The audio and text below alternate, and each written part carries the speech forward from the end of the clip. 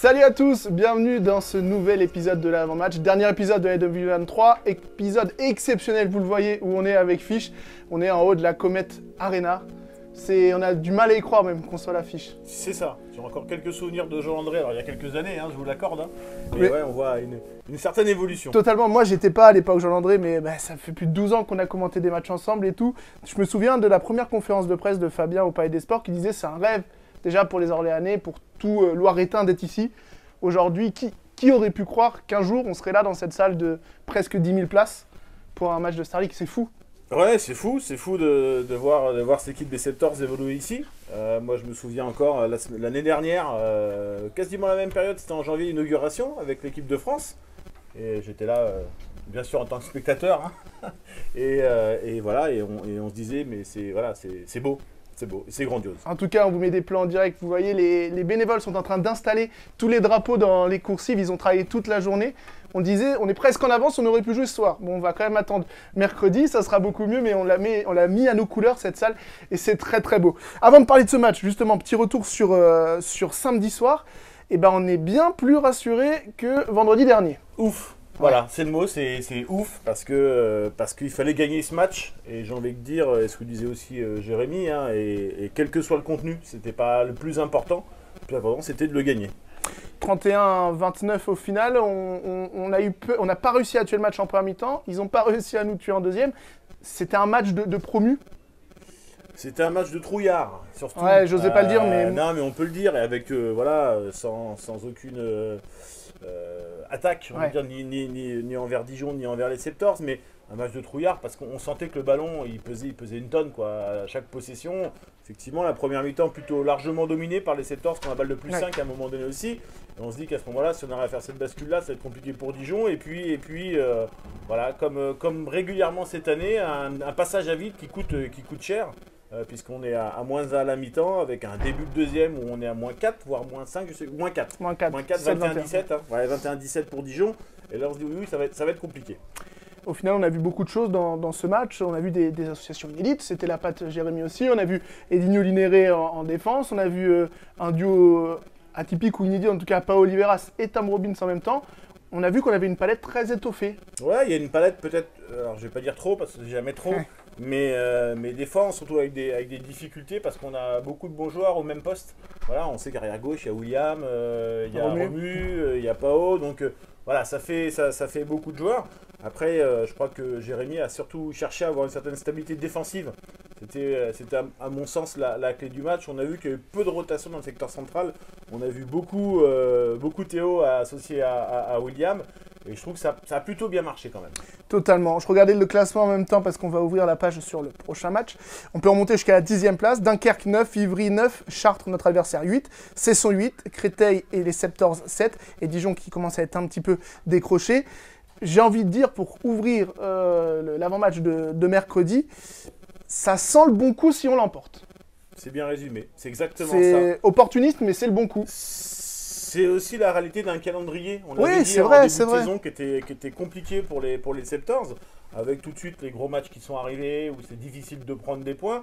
Et puis là, j'ai envie de dire, c'est des matchs peut-être plus abordables pour cette équipe, et avec, oui, le très bon coup qui pourrait être fait dès mercredi soir. Avec une situation assez folle, parce qu'au vu des rencontres, il y a même une possibilité où si on arrive à l'emporter, Chartres pourrait être relégable à la fin des matchs allés, eux qui ont navigué entre la 10 et 13 pendant un long moment. Ce championnat est assez ouvert. C'est particulier, comme je le dis, c'est aussi lié à ce calendrier qui est fait comme ça. C'est aussi lié aux absences. On sait que Chartres ont aussi des blessures. Et ils sont un peu dans le dur en ce moment. Ils ont, je crois, pris un joker. Il y a Wilson Davis qui vient d'arriver. Donc voilà, ils sont un peu dans le dur en ce moment. C'est peut-être le moment de les prendre d'ailleurs.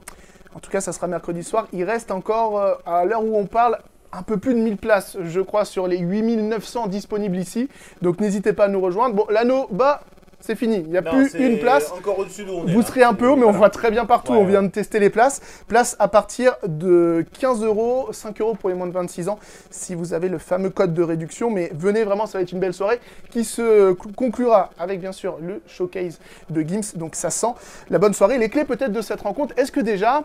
Ils vont venir s'entraîner demain, les joueurs, mais il va pas falloir être intimidé par le contexte qui est vraiment spécial. Nous, les premiers, on l'a dit en ouverture. Ah, nous les premiers, on l'a dit en ouverture, c'est clair, jouer devant presque 9000 personnes, pour certains ça va être inédit quand même. Oui, oui. Ça va être inédit, alors pas pour tout le monde, Non. aussi bien côté des Septors que de côté de Chartres, parce qu'il y a des internationaux ou anciens internationaux qu'on connu, voilà, on pense à William Macombré, à Yann Gentil, ils ont devant 15 000 spectateurs, voilà, et c'est pas un souci pour eux, ils savent le gérer. Mais malgré tout, c'est un facteur important. On peut aussi imaginer, alors on a l'exemple de nos collègues de l'OLB, on sait que voilà, quand la salle commence un peu à gronder, ben, voilà, c'est particulier. Ça c'est certain, coup d'envoi mercredi, ça sera à 20h. Et pour ce Comet spécial, bah, on va accueillir Rémi, qui va nous rejoindre, des anecdotes. Ouais, Est-ce qu'il va faire sur Comet ou sur Chartres? Je sais pas. Un peu les deux. On va voir, on va voir. Mon petit drapeau. Eh oui, parce que ouais, vous le voyez peut-être à la caméra, exactement, je peux montrer les drapeaux officiels de Comet, hop, on monte ça à la caméra. Faudra les agiter un mercredi. Ouais, mais ça va être bien sympa. Bon, on fait sur quoi alors? Sur Chartres. Et une petite ville de Chartres aussi, à côté, juste à côté. D'accord, allons-y. Je vais commencer d'abord par Chartres et je vais saluer une belle initiative de la part des sapeurs-pompiers de Chartres. Et on en a, nous, faut savoir, dans le club des Gladiators, qu'on remercie d'ailleurs. Ouais. Ils nous ont filé un beau coup de main. Donc, belle initiative des sapeurs-pompiers de Chartres qui se sont lancés un défi de faire un tour de France en vélo d'appartement dans leur caserne, et ce pour la bonne cause. C'est pour les Blues Roses de Chartres, donc ça permet de venir en aide aux malades de tout âge. Et donc ils ont parcouru plus de 5000 km, c'était il y a moins de 15 jours. Voilà, un peu moins C'était à sérieux. vélo, parce que j'ai pas écouté du coup. C'était un Pardon vélo d'appartement. Ah ok, j'étais ailleurs. Il fait un tour de France dans leur caserne en fait. Ok, ok. Voilà. Vous êtes impressionné Ouais, non, je par regardais ce qui se passait. Ouais, désolé. Pas de soucis, je vais vous parler maintenant d'une petite ville de 400 habitants à 10 km de Chartres. Alors, c'est un peu de mal peut-être à prononcer, ça s'appelle Impau. Voilà, qui a pour objectif UMPEAU. Bien. Impau. Non, Impau, c'était bien, Impau, c'est bien, voilà. c'est bien. Donc il y a un objectif, c'est d'avoir 3 records du monde grâce à Laurent Prady et ses nains de jardin. En fait, leur objectif, c'est de devenir la capitale des nains de jardin. Alors, je vais expliquer les 3 records qu'ils souhaitent. Le premier, c'est le plus grand nombre de personnes déguisées en nains de jardin. Voilà. Record actuel par un village breton à 529. Donc, ils veulent le dépasser. Deuxième record, c'est la plus grande collection. Le record actuel est à 2042 nains de jardin. Eux, ils veulent le dépasser encore une fois. Et le troisième record, c'est le plus grand nain de jardin au monde. Ils veulent faire un nain de jardin de 9 mètres de haut. Sachant que le nain, si on peut appeler ça comme ça, Le nain fait 9 mètres. fait 9 mètres et le record actuel est à 7 mètres 91. Donc voilà, on donne de la force à ce petit village et à Laurent. Vous pourriez y aller, vous déguisez en nain, ça vous irait très bien. Bah, vous pouvez y aller aussi. Je suis persuadé que Allez, ça serait un peu plus super. Il faut plus de 529 personnes, plus que dans le village donc. Donc il faut du monde. C'est quand? C'est en printemps 2024. Ok. Et l'objectif c'est d'être donc la capitale des nains de jardin. La D'accord. capitale mondiale, hein, bien sûr. Donc Pourquoi pas. voilà. Info sûre, hein. C'est Info sûre. génial. Oui, j'aurais pu parler de la cathédrale, j'aurais pu parler. C'est votre de chronique, tout ça. vous êtes libre. Voilà. Très bien, bah, merci Rémi. Bah de rien. Combien de places il est disponible pour ici en totalité? 8800. Ouais, exactement. Est-ce qu'on va aller 8800 remplir? drapeaux. Oui, c'est ça. Ils sont encore, on doit les voir à la caméra là-bas, tout en haut. Et encore, on compte pas les. C'est haut, c'est loin. Hein. On compte pas Gims hein, dans les 8800. Bah, il en aura peut-être un drapeau, il aura un maillot déjà. Ouais. Avec des maillots Gims qui seront à gagner sur nos réseaux sociaux. En plus, floqué, pas celui-là parce qu'il n'est pas floqué en plus. Floqué Gims, donc on va vous régaler pour cette dernière de l'année. Et on a hâte d'y être déjà. On n'est que lundi soir, on a déjà hâte d'y être. C'est vrai, ouais, ça va être, j'espère un bon moment. Voilà. On espère tous. Les pronos, les gars? Si, vous étiez pas loin, vous étiez à un but. Oui, mais c'est pas gagné. Non, c'est pas gagné. Voilà. Moi, je pense à un match très serré quand même, Ouais. avec une ambiance folle. Victoire de Gims.